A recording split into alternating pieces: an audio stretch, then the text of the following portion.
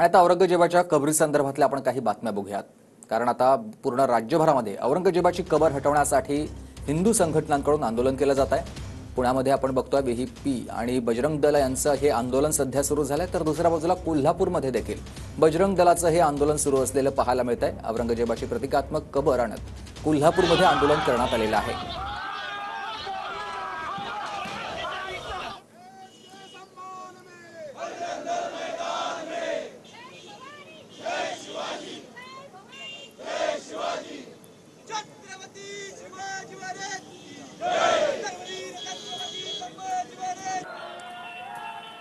तर ही दृश्य आहेत नागपूरमध्ये हिंदुत्ववादी संघटनांचं देखील आंदोलन सुरू झालेलं आपण बघतोय। आंदोलकांनी या ठिकाणी घोषणाबाजी केलेली आहे, तसेच प्रतिकात्मक पुतळ्याचं दहन देखील केलेलं आहे। पोलिसांकडून या आंदोलकांना थांबवण्याचे देखील प्रयत्न सुरू झालेले आहेत। कबर हटवण्यासाठी मालेगावमध्ये निवेदन देखील देण्यात आलेलं आहे।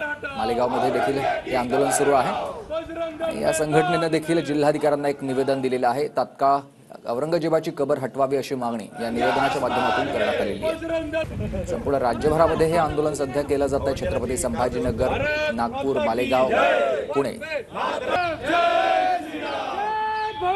मागणीमध्ये औरंगजेबाचं उदात्तीकरण कसं होऊ शकतो? आपण रावण दहन करतो की नाही करत? काय हिंदू आहे ना तो रावण? प्रकांड पंडित आहे ना, ब्राह्मण आहे ना, पण शेवटी वाईट कृत्य केलं तर दरवर्षी पेटवतो।